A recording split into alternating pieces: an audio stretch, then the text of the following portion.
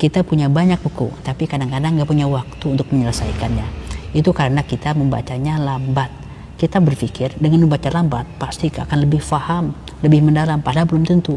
Ada beberapa teknik yang kalau kita pelajari, cara membaca kita akan cepat dan pemahaman kita akan meningkat berlipat ganda.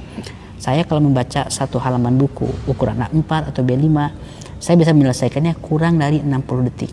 Kenapa? Bukan karena saya membaca cepat dengan kata per katanya, tapi saya membaca beberapa kelompok kata sekaligus.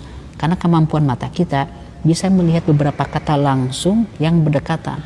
Maka satu baris itu saya meletakkan tangan saya untuk bergerak 3 kali. 1, 2, 3. Sehingga 3 kali itu membutuhkan hanya 3 detik atau 5 detik. Itulah yang saya lakukan dengan menggunakan telunjuk untuk membantu mata mengikuti potongan-potongan kalimat dengan sangat cepat. Dan dengan cara seperti itulah justru pikiran kita akan konsentrasi pada teks, pada bacaan, nggak mikir yang lain-lain. Itu adalah langkah untuk menangkal distraction.